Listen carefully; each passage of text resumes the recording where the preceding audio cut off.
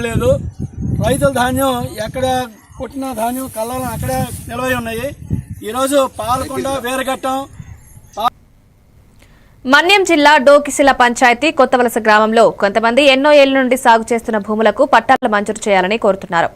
కూటమి ప్రభుత్వం ఏర్పడి 19 నెలలు గడిచినా గిరిజనులు సాగు చేస్తున్న భూమికి పట్టాలు ఇవ్వాలని వ్యవసాయ కార్మిక సంఘం జిల్లా ఉపాధ్యక్షుడు పి రాము, మహిళా సంఘం నాయకురాలు వరాలు డిమాండ్ చేశారు.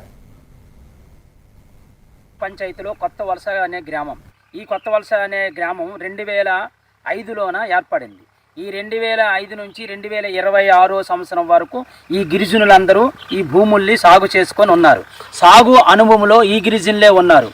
ఇంతకు ముందు అయితే ఈ భూమి చెట్టులు, చేమలు, డొంకలు, తుప్పలతో నిండి ఉన్న భూములు, ఒడ్డులు, వరకలతో ఉన్న భూములు. వీళ్ళు ఈ 20 ఏళ్ళుగో ఎంతో రెక్కల కష్టంతో ఈ భూమిని చదును చేసి కుటుంబం అందరూ కూడా చిన్న పెద్ద అనుకుంటా కుటుంబం అందరం కష్టపడి ఈ భూమి తరగ స్వభావం అయితే మార్చారు.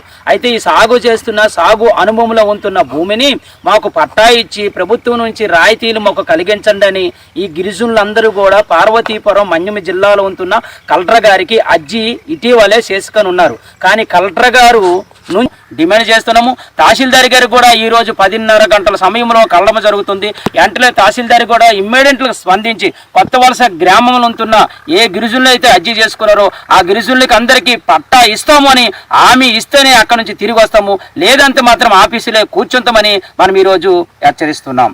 సాగు చేస్తున్న భూములకి పట్టాలు ఇవ్వాలి, సాగు చేస్తున్న భూములకి పట్టాలు మంజూరు చేయాలి.